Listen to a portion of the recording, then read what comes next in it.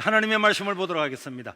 하나님의 말씀은 사사기 11장 1절에서 3절 짧은 구절이니까 우리 다 같이 읽도록 하겠습니다. 시작. 길르앗 사람 입다는 큰 용사였으니 기생이 길르앗에게서 낳은 아들이었고 길르앗의 아내도 그의 아들들을 낳았더라. 그 아내의 아들들이 자라매 입다를 쫓아내며 그에게 이르되 너는 다른 여인의 자식이니 우리 아버지의 집에서 기업을 잃지 못하리라 한지라. 이에 입다가 그의 형제들을 피하여 도읍 땅에 거주하며 잡류가 그에게로 모여와서 그와 함께 출입하였더라. 아멘.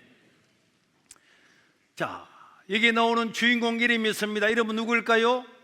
입다입니다. 여러분, 우리나라 조선 중기에 허균이라고 하는 사람이 있었는데 이 허균은 한글 소설 최초의 한글 소설인 뭐겠습니까? 홍길동전을 저술하여서 조선시대의 봉건사회의 모습과 이 사회의 잘못된 양반사회, 계급사회, 이런 종들이 살아가는 사회, 이런 것들을 신랄하게 비판하고 특별히 혼민론이라고 하는 책을 써서 이 신분사회에 대해서 그 비참하고 억압된 사회를 잘 나타내고 나라가 양반이나 평민이나 종들이나 하나 되어 살아가야 된다, 이런 주장을 했습니다. 그가 저술한 이 홍길동전은 조선시대 최초의 한글 소설이고 거기에 나오는 홍길동은 서자로 태어나서 첩의 아들로 태어나서 신분 차별을 받으면서 아버지를 아버지라 부르지 못하고 형을 행여라 부르지 못하는 이런 차별을 받고 살다가 도수를 익혀서 활빈당이라고 하는 당을 조직을 내가지고 부자들의 재산을 빼앗고 탄간놀이의 재산을 빼앗아서 가난한 자들에게 나눠주다가 결국은 저 지금의 울릉도 율도국을 점령하여서 이상국가를 세웠다 하는 이런 내용이 홍길동전입니다. 그러나 여러분, 이런 이상의 나라를 세우기를 원했지만 홍길동 자기 자신은, 허균 자기 자신은 이 홍길동전을 적었던 허균이라고 하는 사람은 실제 생활에서는 이 신분사회를 극복하지 못하고 역모로 몰려서 능지처참을 해서 죽고 말았습니다. 능지처참이라고 하는 것은 사람의 몸을 조각조각 내어서 모든 사람들이 보는 앞에서 완전히 몸이 해체돼서 죽이는 것을 능지처참인데, 그래도 허균은 홍길동전을 통해서 이 조선사회가 이상국가가 되기를 원했지만은 그런 것들을 이루지 못하고 세상을 떠나고 말았습니다. 여러분, 조선의 신분 사회를 신랄하게 비판하며 새로운 세상을 꿈꿨지만은 그것은 조선시대에는 그건 한계고 절망이었습니다. 일어날 수가 없는 일이었어요. 조선시대는 양반이 2%에서 5% 정도 되었습니다. 이 2%와 5% 정도 되는 이 아주 소수의 사람들이 모든 권력과 부를 다 점령을 했습니다. 그리고 양반이 아닌 사람, 종으로 태어난 사람, 천민으로 태어난 사람, 이런 사람은 한번 내가 태어나 보니까 천민이다, 한번 태어나 보니까 종의 아들이나 자식이다, 그럼 그 인생은 완전히 망친 거예요. 아무리 애를 쓰고 아무리 머리가 좋고 아무리 실력이 있고 아무리 뛰어나도 그 사람은 1000만 명 중에 한 명도 바른 인생을 살아갈 수가 없는 그런 삶이 조선시대였습니다. 여러분, 이것은 조선만 그런 것이 아니고 서양도 마찬가지였어요. 한번 태어날 때 정해진 이 신분은 바꿀 수가 없었습니다. 그 한계를 벗어날 수가 없었습니다. 오늘 우리 성경에 읽었던 이 입다라고 하는 사람도 마찬가지입니다. 그러나 조선시대나 다른 서양시대 사람과 다르게 이 입다는 자기 자신은 이렇게 서자의 신분으로 태어나서 형제들한테 쫓겨나가는 절망스러운 환경에 태어났음에도 불구하고, 그럼에도 허균과는 다르게 이 입다는 새로운 세상을 만들고 자기가 오늘날로 치면은 왕이 되어서 이스라엘 민족을 구원하는 큰 역사를 이루게 됐는데, 그 사람이 오늘 성경에 나오는 주인공 바로 입다입니다. 입다는 누구입니까? 오늘 1절과 2절에 보면은 이런 말씀이 기록되어 있죠. 길르앗이라고 하는 그 지역의 사람 중에 입다라는 큰 용사가 있었는데, 입다는 기생이 남자들에게 몸을 팔고 살았던 이런 기생이 어떻게 해서 그 중에 아이를 낳았는데 그 아이가 바로 누구였다고? 입다였다는 것입니다. 그래서 이 길르앗이라고 하는 사람은 기생인 그 사람 임신을 하게 되니까 자기의 첩으로 들어왔는데 원래 있던 본부인도 아이를 낳았습니다. 그 본부인의 아이들은 자라면서 입다를 구박을 하고 결국은 어떻게 했다고요? 쫓아냈습니다. 네가 우리 집에서 나가지 않고 아버지를 아버지라 부르고 형을 형이라 부르고 이렇게 하면은 너를 죽여 없애버리겠다. 그렇게 위협을 했기 때문에 입다는 결국은 어쩔 수 없이 쫓겨나서 다른 지방으로 갈 수밖에 없었습니다. 여러분, 이 신분의 문제는 누구도 바꿀 수가 없는 것입니다. 흑인이 백인이 되겠다고 아무리 해도 안 되고, 표범이 자기의 가죽을 업고 양처럼 되겠다고 해서 아무리 표범의 털을 문지른다고 해서 문질러지지 않는 것과 마찬가지로 이 신분이 한번 고정되고 나면은 이거는 자기 인생의 끝까지 바꿀 수 없는 사회가 그 당시의 사회였습니다. 그렇기 때문에 입다는 능력은 있었지만은 어머니가 기생이고, 그래서 쫓겨나서 살면서 그 입다가 받은 상처라고 하는 것은 말로 다 할 수가 없고, 그것은 입다에게는 큰 인생의 절망입니다. 이거는 어떤 누가 와도 자기 인생을 바르게 해줄 수가 없는 그런 한계가 입다에게 드리워져 있었습니다. 그러나 여러분, 입다는 본부인의 그 형제들 때문에 어쩔 수 없이 도망을 가서 저 국경 근처로 갔어요. 왜냐니까 이 길르앗에 있는 사람들이 입다니가 조금만 더 고개를 쳐들고 하면은 너 없애버릴 거야, 이랬기 때문에 입다는 국경에 있다가 여차하면은 다른 나라로 도망을 가려고 그렇게 해서 국경 근처로 피신을 했는데, 이것이 입다에게는 정말로 참 안타까운 인생이었고, 입다는 자기가 얼마든지 꿈을 가지고 살아갈 수 있음에도 불구하고 신분의 한계 때문에, 어머니가 기생이라는 것 때문에, 어머니가 첩이라고 하는 것 때문에, 그 아들로 태어난 것 때문에 그 당시 사회에서는 어떤 누구도 그 한계를 벗어날 수 없는 이런 절망 가운데 있게 되었습니다. 여러분, 이 세상에는 입다처럼 자기의 의지가 아니었음에도 불구하고 태어나 보니까 가난한 집에 태어나고, 태어나 보니까 부모가 싸우고 폭력을 행하고, 태어나서 지나고 보니까 이혼을 하고, 태어나 보니까 여러 가지 문제들 때문에, 그런데 어떤 문제는 해결할 수 있는 문제가 있는데 어떤 문제는 자기 힘으로는 도저히 해결할 수 없는 이런 인생의 굴레가, 인간의 굴레라고 하는 책도 있잖아요. 태어나 보니까 인간의 굴레가 꽉 막혀 있어서 도저히 숨 쉴 수 없고 벗어날 수 없고, 그래서 거기에 절망하고 살아가는 사람들이 이 세상에는 얼마나 많이 있는지 모릅니다. 그래서 이 세상에는 한계를 가진 사람들이 곳곳마다 있고, 사람들마다 다 자기 나름대로 한계를 가지고 있어요. 그래서 수많은 사람들이 자기 마음에 있는 이 한계 때문에, 어떤 사람은 키가 작아서 못났다고, 뭐 사람들 때문에, 온갖 것 때문에, 그래서 이런 한숨을 쉬고 살아가는 사람들이 많이 있고, 이런 것 때문에 어떤 사람은 내 인생에는 더 이상 희망이 없구나, 극단적인 선택을 하는 사람도 있습니다. 어떤 사람들은 우리 뉴스를 보면은 막 자기 자식을 총으로 다 죽이는 이런 극단적인 이런 사람들도 태어나는 거예요. 왜? 자기가 너무 절망스러우니까, 우리도 희망이 없다고 생각하니까 그렇게 이런 사람도 있는데, 오늘 저와 여러분들에게도 각자 차이는 있겠지만은 사람들은 나는 이게 한계야, 이게 더 벗어나기 어려워, 이거는 내 힘으로는 안 돼, 나는 요 정도밖에 안 돼, 이렇게 하는 자기 나름대로의 한계를 다 있습니다. 그러나 여러분, 우리가 성경을 보면은 이런 한계가 어마어마하게 많이 있고, 이 입다처럼 도저히 자기 한계에서 벗어날 수 없는 사람들이 수도 없이 많이 있는데, 이 사람들이 믿음을 가지게 되었을 때 이들은 한계를 깨우쳐버리고 하나님과 소통하고 하나님께 기도하고 하나님의 힘을 얻어서 나라를 세우고 역사를 바꾸던 사람들이 수도 없이 많이 있음을 믿으시길 바랍니다. 여러분, 요셉이라고 하는 사람도 형제들한테 팔려서 저 애굽 나라의 종으로 갔다가 감옥에까지 들어갔지만은, 그러나 그 요셉의 믿음은 감옥에 가도 종으로 팔려가도 형들한테 미움을 받아도 변하지 않잖아요. 그래서 거기서 하나님의 이런 은혜를 받아서 애굽 나라의 총리가 되기도 하고, 루시에라고 하는 여자는 이방 여인입니다. 이스라엘 나라에 갈 수도 없습니다. 가봅니다. 시어머니도 가봅니다.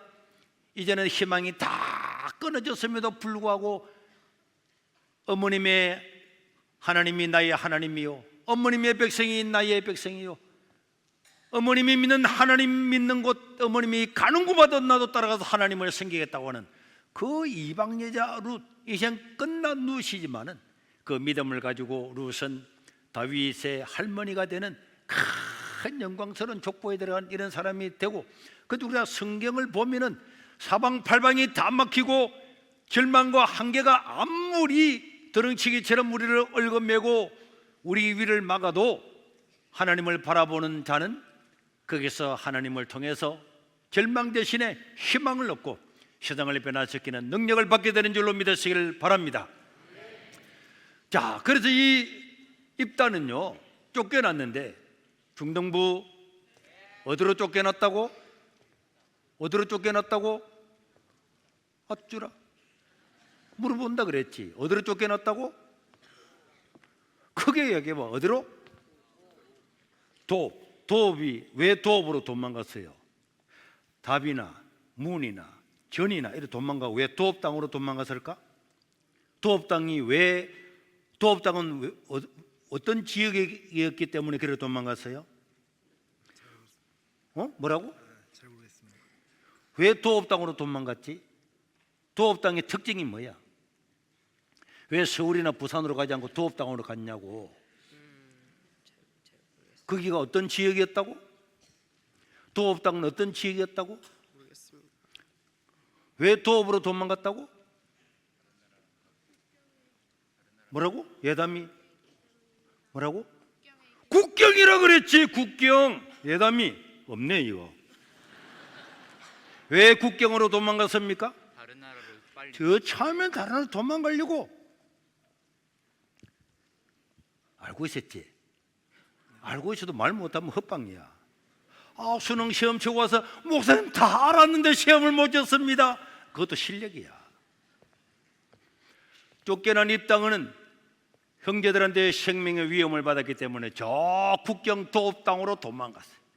형제들이 자기를 죽이러 오면 옆 나라로 도망가려고. 그래서 도읍 땅에 이 입다가 도망가 있으니까 이 소식을 들었던 많은 사람들이 오늘 3절에 보면 몰려들어 왔는데, 이에 입다가 그의 형제들을 피하여, 죽이려고 하니까 피하여 도읍 땅에 거주하며 누가 왔더라고요? 잡류. 자, 고등부 잡류는 어떤 사람일까? 잡류. 그렇지. 잡채 먹는 사람. 자, 뭐 하는 사람? 범죄자일 수도 있겠고, 또 어떤 사람? 또 어떤 사람?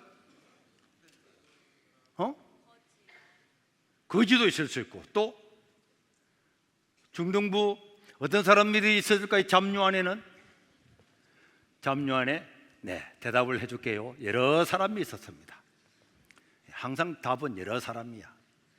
그런데 거지도 있을 수 있고, 깡패도 있을 수 있고, 범죄자도 있을 수 있고, 빚진 자도 있을 수 있고, 세상에 적응하지 못한 사람도 있을 수 있고, 또 입다처럼 기생의 아들도 있을 수 있고, 많은 사람들이, 이런 사람들이 모여들었는데, 여기에 성경에서 잡류라고 표현한 것은 좋은 말입니까? 나쁜 말입니까?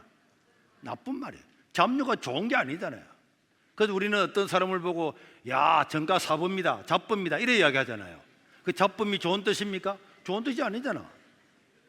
어떤 사람은 잡범이 좋은 줄 알고 오, 내가 잡범이야? 이런 사람 없잖아. 그런 사람 없습니다. 그래서 이게 잡류들이 모였어요.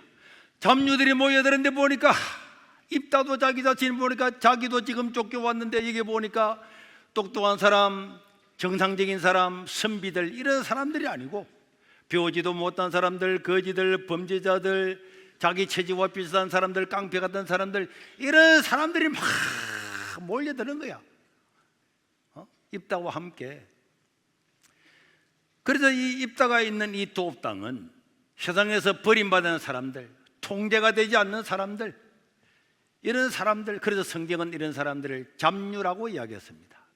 그러나 여러분, 이런 사람들이 10명 모이고 100명 모이고 500명 모이고 다 모이는데 입다는 이들의 대장이 되었는데 입다는 한 번도 원망을 해보질 않았어요. 그리고 입다는 이 세상에 왜 이랬는가? 세상을 정오하지도 않았습니다. 그리고 자기 자신을 보면서 절망하지도 않고 이 잡류들이 모여들어왔지만은 잡류들에게 사랑과 헌신과 희생을 가르쳤어요. 그리고 이 나라가 어떤 나라인가를 가르쳤습니다. 여러분, 이 성경을 11장 이후를 보면은 입다는 이스라엘의 역사에 대해서도 잘 알고 있었습니다. 그래서 잡류들이 모였지만은 이 잡류들에게 교육을 하고 가르치고, 그리고 헌신을 가르치고 희생을 가르치고 국가를 위한 그런 마음을 가르치고, 무엇보다도 군사적인 질서를 가르쳤어요. 질서를 짝짝짝짝 맞추고 가니까 이 잡류들이 처음 문제는 깡패들이 오고 범죄자들이 오고 희망이 없는 사람들이 왔지만은, 그러나 이 도읍당은 어느 순간에 군대가 되듯이 질서가 있고 헌신이 있고 용감한 이런 사람들로 이 도읍당이 완전히 달라지고 변화되게 되었습니다. 그래서 이 잡류들이 정말 질서가 있죠. 야, 질서 있습니다. 여러분, 구치소 가면 깡패들은 고참이 아니고 이게 위에 있는 사람들이라고 하면은 혈주주주주주주 막 하라. 그래도 교도관들이 하지 마라 그래도 그게 소용없어요. 자기보다 위에 있는 사람이 가면은 팍 그런 인사들 하더라고. 그래 내가 물어봤어요. 너무 말을 빨리 해서 무슨 말인지 못 알아들었겠다고. 그래서 저게 무슨 소리입니까? 인사하는 소리. 그러니까 여러분, 구치소에서도 깡패들도요 질서가 있는 거야. 자기보다 위에 있는 사람들이 가면 진짜. 그런데 이 도읍당에 있는 이 입다 밑에 있는 사람들은 질서를 탁 잡아 군대 훈련도 하는 거야. 그리고 절대로 도둑질하지 말도록 규율을 탁 지키고 나니까 이 잡류들이 세상에서 아무나 가질 수 없는 이런 사람들이 다 될 수가 있었습니다. 그리고 그 도읍당에 새로운 사회를 만들게 되었어요. 그러자 가장 먼저 놀란 사람은 자기 스스로가 놀랐습니다. 이 잡류들이 와서 자기들은 세상에서 잡류였는데 입다와 함께 있다 보니까 군대가 되고 또 10호장이 되고 50부장이 되고 100부장이 되고, 그래가지고 이 질서가 딱딱 잡히니까 옛날에 하던 도둑들도 다 버리고 나니까 이 도읍당에 살고 있는 이 잡류들이 오히려 더 새로운 세계를 만들게 되었습니다. 그러자 이에 대한 소문들이 이 유다 땅, 이스라엘 땅에 다 전파가 되었습니다. 입다가 도망간 곳에 전국에 있는 깡패들, 거지들, 버러지들 이런 사람들이 다 갔는데 거기가 군대처럼 돼가지고 질서를 가지고 있고 서로 헌신하고 사랑하고 도와주는 이런 새로운 공동체가 되었단다라, 이런 소문이 쫙 풀리니까 여러분, 소문이라고 하는 금방 퍼져요. 예수님께서 뭐라 그랬습니까? 마태복음 5장 14절 15절에 보면은 너희는 세상의 빛이라. 산 위에 있는 동네가 숨기지 못할 것이요 사람이 등불을 켜서 말 아래에 두지 아니하고 등경 위에 두나니 이러므로 집안 모든 사람에게 비치느니라. 여러분, 빛이 비치면은 저 멀리서도 저게 빛이 있구나 이게 아는 것처럼 이 도읍당에 모였던 입다왕계에 모였던 사람들은 원래는 잡류였지만은 그들이 새로운 세계를 만들어가니까 이 소문이 다 퍼지고 그리고 입다는 그게 대장이고 입다 밑에 있는 사람들은 정말 대단한 사람이 되었다 하는 이런 소문이 쫙 퍼졌습니다. 그러면서 그들은 자기 가족들을 지키고, 비록 옛날에는 잡류였지만은 이제는 그들은 하나님의 말씀을 배우고 믿음으로 살았습니다. 서로 돌보고 헌신하면서 서로를 지켜주는 공동체가 되었어요. 옛날에는 세상을 원망하고 분노하고 절망하고 정오하면서 그렇게 살았던 사람들이 이제는 전혀 달라졌습니다. 사람은요 달라질 수가 있습니다. 믿으시길 바랍니다. 사람은 달라질 수가 있어요. 그래서 절망과 한계 이런 것들을 다 벗어버리고 이제는 우리는 미래를 준비하고 살자, 그래 살았습니다. 여러분, 다윗도 마찬가지입니다. 다윗도 이 뒤에 입다가 있고 난 다음에 몇백 년 후에 다윗이라는 사람이 태어났는데, 다윗도 골리앗을 죽이고 너무 인기가 올라가니까 사울 왕이 그를 죽이려고 그러잖아요.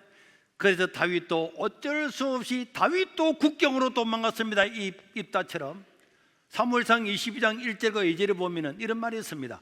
그러므로 다윗이 그곳을 떠나 아둘람 굴로 도망하며 그의 형제와 아버지의 온 집이 듣고 그리로 내려가서 그에게 이르렀고 시작.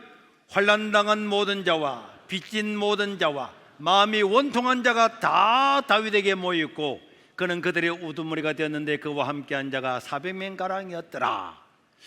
이 입다 뒤에 몇백 년 뒤에 다윗도 사울을 피해서 국경으로 도망을 갔는데 거기에 환난당한 자, 빚진 자, 어려운 자들이 다 모였다 그랬습니다. 아마 다윗도 입다의 이 이야기를 생각했는지 모르겠습니다. 400명 가량 모이는데 이 다윗도 400명을 훈련해서 결국은 다윗은 이스라엘 나라를 통일하는 왕이 되었잖아요. 예수님의 조상이 되었잖아요. 그러니까 우리 성경은 보세요. 환난당하고 빚지고 어렵고 세상으로서는 도저히 살아갈 수 없는 사람들임에도 불구하고 그들이 모여서 하나님을 찬양하고 경배하고 새로운 미래를 꿈꾸니까 하나님은 그들을 통해서 세상을 변화시키고 왕도 되고 나라도 세우는 그런 사람이 될 수가 있었습니다. 여러분, 입다는 사회가 세운 굴레, 신분의 굴레, 이런 데 절망하지 않았습니다.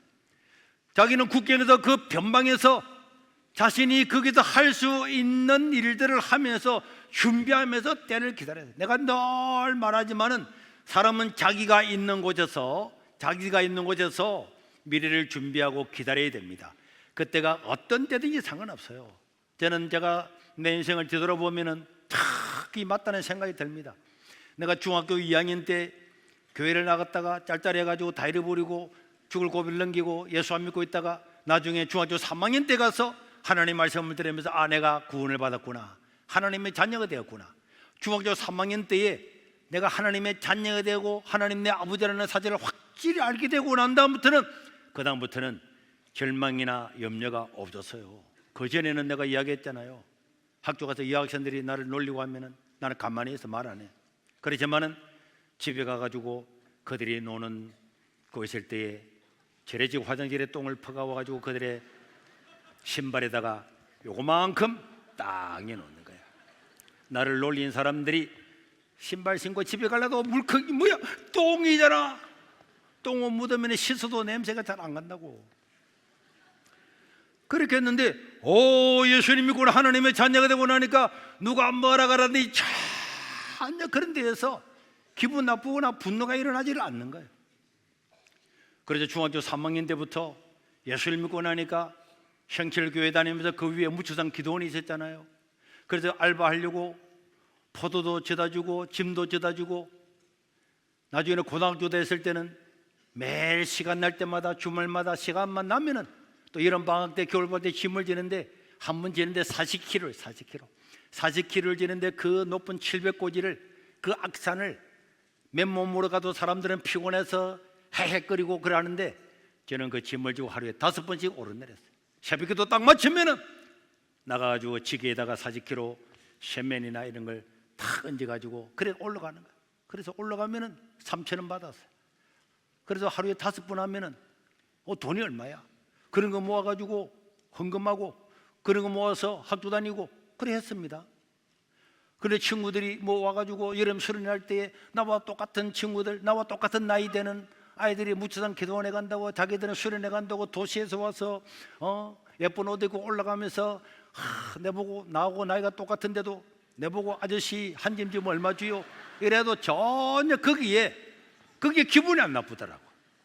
하나님을 믿고 나니까 어떨 때는 5번째 짐 지고 올라가다가 너무 힘이 빠져가지고 해는 지지 더 올라갈 수는 없고 힘이 너무 빠져가지고 그 짐을 지고 올라가야 돈을 받고 올라가야 되는데 그 중간에 있으면 어떻게 되겠어요? 올라가지도 못하고 내려가지도 못하고. 그럴 때도 저는 중학교 3학년 때부터 일기를 다 적었는데, 오늘은 내가 이렇게 힘들고 살아가지만은 지나고 나면 하나님께 다 감사하게 될 거다. 내가 지금 감사해야지. 지나고 난 다음에 내 인생을 뒤돌아보면서 야, 그때가 좋았네, 그때가 좋았네, 저는 그때가 좋았네 이런 말 안 합니다. 언제가 좋다고? 지금이 최고다. 군대 갔을 때도 마찬가지입니다. 지금이 최고다. 지금 얻어맞고 터지고 살아가지만은 내 인생에 한 번도 돌아올 수 없는 최고의 날이 지금이다. 구치소가 지었을 때도 내가 정가 사본 때문에 잡혀온 거 아니야? 어쩌고 저쩌고 내가 그렇게 원망하는 걸 봤습니까? 나는 한 번도 안 했어요. 지금 내 인생의 최고의 때다. 가장 좋은 때다. 가장 좋은 때다. 지나고 나면 이날이 내 인생의 가장 좋은 때라고 할 거다. 그러면서 내가 지금 감사해야지. 지금 고마워해야지. 그래 살지. 지금 뭐 원망하고 불평하고 그렇게 하지 않습니다. 우리가 이런 마음, 내가 도읍 땅에 있든지 국경에 있든지 도망가 있든지 어느 처지에 있든지 거기서 내 인생을 위대하게 만들려고 하는 것, 그때 나의 인생은 그 믿음대로 달라지는 줄로 믿으시길 바랍니다. 그때들이 다 쓰일 때가 있는 거예요. 그 산에다가 짐을 지고 또 지고 또 지고 그 높은 고지에서 한 짐 더 지려고 지게 지고 뛰 내려와야 돼. 한 짐 치다 놓고 나면 딱 뛰어 내려오면은 15분 만에 그 산을 다 내려와. 그래 또 짐 올리고 또 막 올라가는 거야. 이렇게 하루에 5번씩 하다 보니까 특공대 가가지고, 특공대는요 짐 지고 뛰는 게 일이야. 뛰는 게 차 타고 간 적이 없어. 무전하고 뛰는 거야. 김신조처럼 48km 국경에서부터 청와대까지 온 것처럼 우리도 48km를 짐을 지고 산악을 내가 뛰는 것, 이게 문제인데 남들은 다 나고 하잖아요. 아무리 뭐 헬스 아무리 하고 뭐 군대에서 아무리 해봐봐. 군대 특공대 가서 짐 지고 산악 넘어를 해봐봐. 몇 킬로 가면 헬스 필요 없어. 난 헬스 한 번도 안 했지.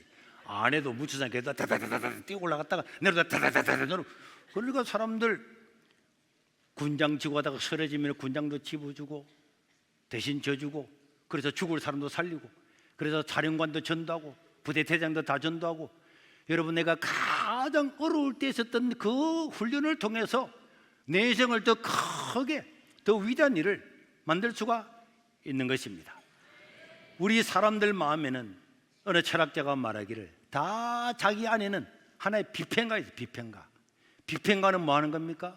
음악 비평가, 소설가 비평가, 설교 비평가. 비평가는 늘 비평만 해요. 어떤 게 잘못됐는가 비평만 하는 게 비평가잖아요. 우리 마음에도 그게 하나 있어요. 하나 있어 가지고 뭐 하려고 그러면은 이 비평가가 이야기하는 거예요. 내 귀에 대고, 야, 너 그 아이큐를 할 수 있겠어? 너 뭐 좋은 대학 나와서? 너 부모도 안 도와주는데 할 수 있겠어? 야, 네가 할 수 있겠어? 그래서 내 한쪽에 있는 비평가가 계속 너는 안 돼, 못해, 하면 실패할 거야. 자꾸 이렇게 내 마음에 비평가가 있어요. 그래 내 마음에 믿음이 확 차면은 이런 비평들이 샥 물러가게 되는 줄로 믿으시길 바랍니다. 하나님의 말씀을 믿고 살아가는 사람은 다 승리할 수가 있는 거야. 그래서 기생의 아들 입다는 국경에서 잡류와 모여서 군대를 만들고 막 실력을 키워나간 거야. 그리고 실력을 키우면은 반드시 뭐가 온다고? 기회가 오는 겁니다. 기회가 왔을 때에 실력이 있는 사람은 쓰임받고, 기회가 왔을 때 준비하지 않은 사람, 실력이 없는 사람은 그거 깔려 죽는 거예요. 어떤 일이 있었느냐? 오늘 사제를 보면은 갑자기 옆나라 암몬이 쳐들어온다는 거야. 암몬이 군대를 모아가지고 이스라엘을 몰살시키려고 내려온다는 거야. 그러니까 이스라엘 나라 사람들은 와, 국경을 지켜야 되는데, 우리가 지켜야 되는데 우리 힘으로 지킬 수 있냐? 암몬 군대하고 자기들 군대하고 싸워보니까 게임이 안 되는 거야. 그래서 보니까 와, 국경에 누가 있습니까? 입다가 있잖아. 자기들이 쫓아낸 입다가 있는데 입다의 군대는 규율이 살아있고 질서가 잡혀있고 헌신하고 희생하는 이런 군대라는 게 소문이 딱 났기 때문에, 그래서 입다를 쫓아냈던 이 길럿 장로들은 어쩔 수 없이 입다를 찾아갑니다. 입다를 찾아가서 5절과 6절에 보니까 이렇게 이야기합니다. 암몬 자손이 이스라엘을 칠할 때에 길앗 장로들이 입다를 데려오려고 도읍 땅에 가서 입다에게 이르되, 우리가 암몬 자손과 사울이고 하니 당신은 와서 우리의 장관이 되어 주소서. 그렇지만 입다는 안 가. 너가 내보고 장관 시켜놓고 난 다음에 진짜 내가 너희들의 왕처럼 해줄 거야? 이랬더니 그 장로들이, 나라가 망할 때 될 수 있습니까? 당신이 전쟁에서 승리하면 당신을 우리의 사사로 삼겠습니다. 우리의 머리로 삼겠습니다. 우리의 왕으로 삼겠습니다. 멸시합니다. 그래서 입다가 출전을 하게 되는 거예요. 출전하게 되었을 때 하나님의 은혜로 암몬 군대를 다 깨부치고 돌아왔을 때에, 그래서 입다는 기생의 아들로 태어났지만은 결국에는 이스라엘 나라의 사사가 되어서 전 이스라엘을 다스리는 사람이 될 수가 있었습니다. 여러분, 삶을 위대하게 만드는 것은 하나님을 향한 우리의 믿음이에요. 입다가 이렇게 억울한 삶을 살았지만은 그를 위대하게 만든 것은 그의 믿음이었습니다. 그래서 입다는 믿음이었어요. 목사님, 뭐 아무데나 믿음 갖다 붙이면 됩니까? 아닙니다. 히브리서 11장 32절에 보면 분명하게 이야기했습니다. 하나님은요, 내가 무슨 말을 더하리요? 기드온, 바락, 삼손, 누구? 입다, 다윗, 이런 사람들은 믿음의 사람이었다라고 믿음의 전당에다가 이름을, 입다도 다윗과 함께, 사무엘과 함께, 기드온과 함께 딱 올려놓는 거예요. 입다는 인간적으로 자기의 능력이 아니라 하나님을 바라보는 믿음으로 절망을 이기고 한계를 극복했다고 성경은 이야기하고 있습니다. 그리고 오늘 우리가 읽지는 않았지만 성경 뒤에 보면 9절에도 보면 이런 말이 나옵니다. 입다가 길라 장로들이 이르되 너희가 나를 데리고 고향으로 돌아가서 암몬 자손과 싸우게 할 때에 만일 여호와께서 그들을 내게 넘겨주시면 내가 과연 너희의 머리가 되겠느냐, 왕이 되겠느냐? 그랬더니 알겠습니다. 다 하나님. 11절에도 보면 말합니다. 이 입다가 길라 장로들과 함께 가니 백성이 그를 자기들의 머리와 장관을 삼은지라. 입다가 미스바에서 자기의 말을 다 누가 따렸다고? 하나님 앞에 아뢰었습니다. 나는 뭐라고 아뢰는지는 모르겠어요. 내용은 모르겠습니다. 그런 미스바는요, 이스라엘 나라 사람들이 무슨 위험한 일이 있을 때는 다 모여서 하나님께 제사 드렸던 곳이었는데, 입다도 자기의 군대들 데리고 전쟁에 나가기 전에 그 미스바 번제단 앞에서 아마 기도했어요. 하나님, 나는 저 길랏 동네에 저기서 기생애들을 태어나서 길랏 장로들에서 쫓김을 받아서 왔지만은 하나님께서 은혜를 주셔서 내가 다시 돌아갑니다. 이 전쟁에서 승리하게 해주십시오. 그렇게 하나님께 다 아뢰었다고 이야기하고 있습니다. 그래서 입다는 곳곳마다 여호와께서 늘 자기 어떤 일을 할 때마다 여호와께서. 그래서 입다의 이 이야기를 보면 입다는 참 믿음의 사람이었구나. 그래서 믿음의 사람은 절망하지 않는 줄로 믿으시기를 바랍니다. 자기 인생에서 어려움이 왔다고 해서 절망해서는 안 되는 거예요. 믿음은 우리 삶에 직접적인 영향을 미칩니다. 어떤 사람들은 말하기를 목사님 교회 가면 자꾸 믿음 하는데 그 믿음에 있으면 다 됩니까? 믿음이 있어야지. 믿음은요, 우리 삶을 직접적으로 변화시킵니다. 우리가 이 세계로 교회 왔을 때도 보세요. 여기는 다 그린벨트에서 그린벨트. 그린벨트는요, 조그마한 화장실 하나만 지어도 와서 뜨더라. 우리가 요 교회 옆에 있는 첫 번째 그 교회에서 식당을 만들려고 교회가 있고 옆에 담이 있는데 담에 이게 붙여가지고 그게 식당이 있거든. 조그마한 식당, 한 5평 정도 되는 식당. 여기에서 교인들이 신발 벗어놓고 밥 먹고 왔다가 또 나갔다가 밥 먹고 왔다 나갔다가 그것도 위성으로 찍어서 가득히 달아놨다고 뜯고 또 갖다 붙이고 뜯고 10분도 내겠다니까. 옆에 마을도 지금 그린벨트야. 집 하나 못 짓는다니까. 그리고 송정역에는 3층짜리가 있는데 저 방건에 가봐봐요. 윤장로님, 노인정은 2층입니까? 노인정 말고는 그 2층이 없지. 집을 못 지어요. 그런데도 어떻게 해도 여기서 전도하고 하려고 해가지고 그래가지고 교회를 또 새로 짓고 또 빨간교회도 새로 짓고 빨간교회 저 교회 지었죠. 그래가지고 또 저 옆에 늘리려고 저 옆에 또 가닥이 달았다니까. 아니 그 전에 빨간 지붕 옆에 보면은 또 지으려고 하고 이제 그 앞에 사진에 저 봐 옆에 또 크게 지으려고 했는데 저 태풍 매미 태풍 와서 또 다 날라갔잖아. 저 빨간 교회는 불나서 또 없어졌잖아. 그래가지고 어떻게 해서 또 주거지역으로 조금 이 동네가 풀리가지고 그 다음 또 교회 지었지. 그 옆에 거. 저기도 보세요. 저기 이 앞에 있던 예배당입니다. 특징이 뭐죠? 밑에가 다 뻥 뚫혔잖아요.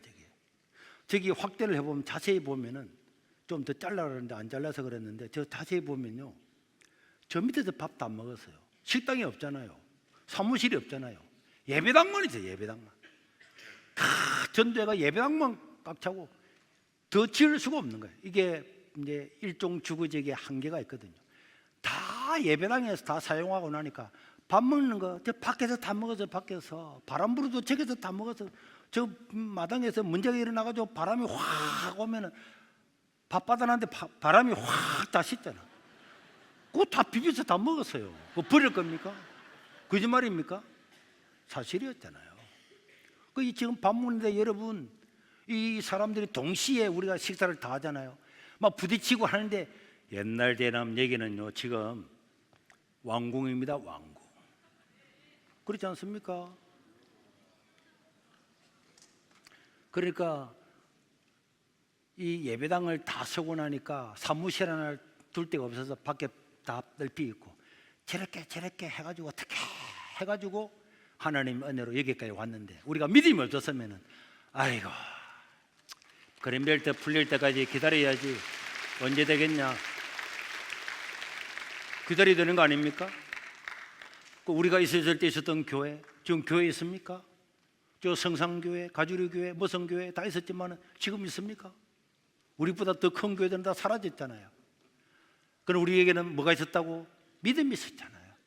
다른 것과 똑같은데 우리에게는 믿음이 있은 겁니다. 하나님께서 아무리 시골이라도 수많은 영혼을 줄 거다, 전도하자. 그래도 지금까지 약 1만 3천 명이 세례를 받았습니다. 우리는 시골에 살면서 우리 주민들의 몇백 배가 되는 사람들을 전도해서 세례를 준 것은 하나님 은혜고, 또 하나님께서 우리의 작은 믿음에 100배, 1000배를 복을 주셨기 때문에 그렇습니다. 우리가 부산 땅에서도 원래 이 땅은 부산 땅이 아니었잖아요. 김해 땅인데 부산으로 편입되고, 이 하천을 중심으로 해서 우리 부산 끝말이잖아요. 우리가 부산 끝말이야. 해운대 백사장이 동쪽 끝이라면 이 서쪽 끝말이잖아요.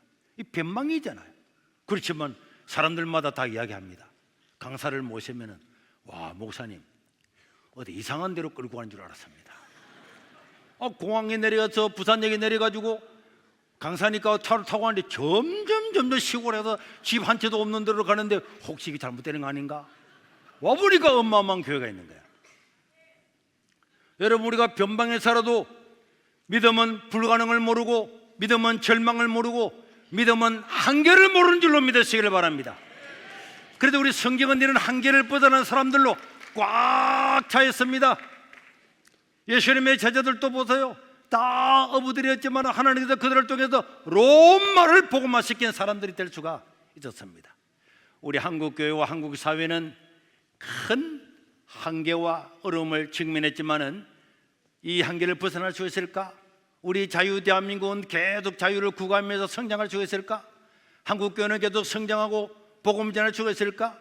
이 하나님의 가치를 바로 지키며 살아갈 수가 있을까? 온 천지 성경을 변질하고 비틀고 성경을 무너뜨리는 이런 세력들이 이렇게 많이 있는데 우리는 성경을 바로 지키고 바른 가치를 추구할 수가 있을까? 저는 그럴 수 있다고 생각합니다. 제가 이런 것들을 고민하면서, 야, 한국 사회가 이러다가 완전히 무너지는 거 아니야? 한국교회가 완전히 무너지는 거 아니야? 우리 한국에서 가장 보수적이고 건전하다고 생각했던 고신교단부터 자유주의 신학이 막 들어오고, 이 자유주의 신학을 가진 사람들은요, 자기들끼리 조직을 만들어서 사회적으로는 굉장히 윤리적으로 하는 체 하면서 실제적으로는 교회의 틀을 완전히 해치는 이런 단체들이 고신 안에도 꽉 차 있습니다. 그런데 과연 이런 걸 다 이겨내고 한국교회가 정말로 바로 다시 설 수가 있을까? 저는 설 수가 있다고 생각합니다. 그런 기도를 하면서 저는 얼마 전에 이런 기도를 하고 고민을 하다가 잠을 잤는데, 내가 3시 5분에 딱 깼어요. 너무 내가 감동적이에요. 보통 내가 이런 것을 몇 년 만에 한 번 정도 하는데, 이야기를 하는데 12칠 할 때도 아직 끝나지 않았다, 우리 12절 했잖아요. 안 될 것 같았잖아요. 우리가 하는 걸 한국교회가 다 일어나게 될까? 그런데 하나님 몇 달 만에 이루어졌습니다. 그런데 사진을 하나 보면은 제가 일어나서 딱 적었어요. 4월 8일 날 새벽에 딱 깼는데 와, 그 내용이 이와 비슷한 거예요. 그래서 내가 지금까지 하나님이 어떻게 하실까? 하나님께서 우리가 부흥을 달라고 기도하면은 부흥을 해줄 거다. 모든 기관과 모든 교회가 이게 동참하고 한국에 부흥을 달라고 기도하면은 내가 부흥을 줄 것이다.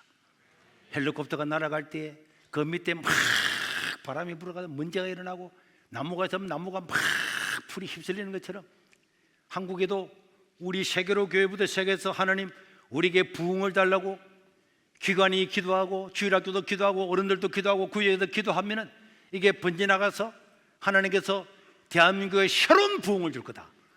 그런 확신을 주었어요.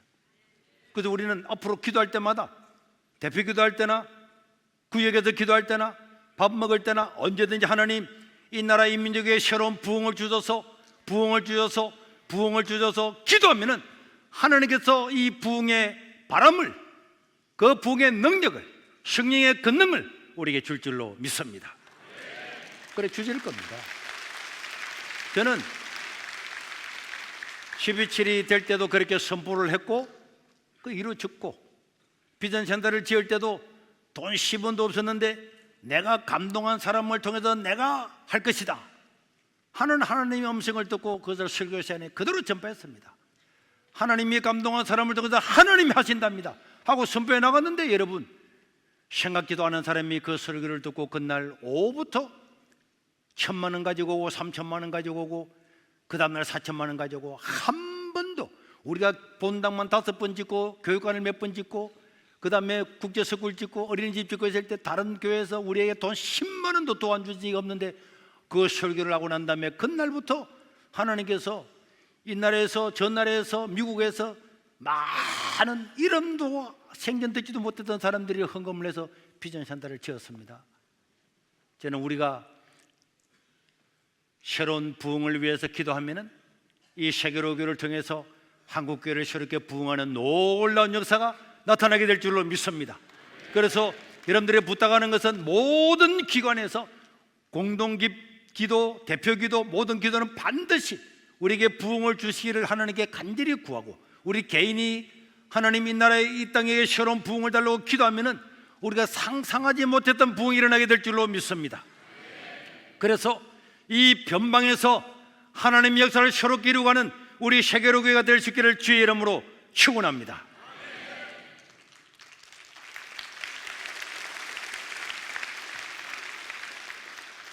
홍길동전을 지었던 허균은 이상세계를 꿈꾸었지만은 자기 자신은 그 사회에서 능지처참을 당해서 죽는 신분 사회를 벗어날 수가 없었습니다. 그러나 입단은 하나님을 향한 믿음이 있었고 신분 사회를 깨뜨릴 수 있는 것은 하나님의 능력이었습니다. 우리는 우리 한 교회, 변방에 있는 우리 교회 우리가 무슨 일을 하겠냐? 그거는 내 속에 있는 비평가가 하는 소리, 사탄이 하는 소리. 그러나 하나님은 잡류들이 모여도 깡패들, 거지들, 빚진자들, 환난당한 자들이 모여도 하나님을 신뢰하고 믿음으로 나가면은 세상을 변화시키게 될 줄로 믿습니다.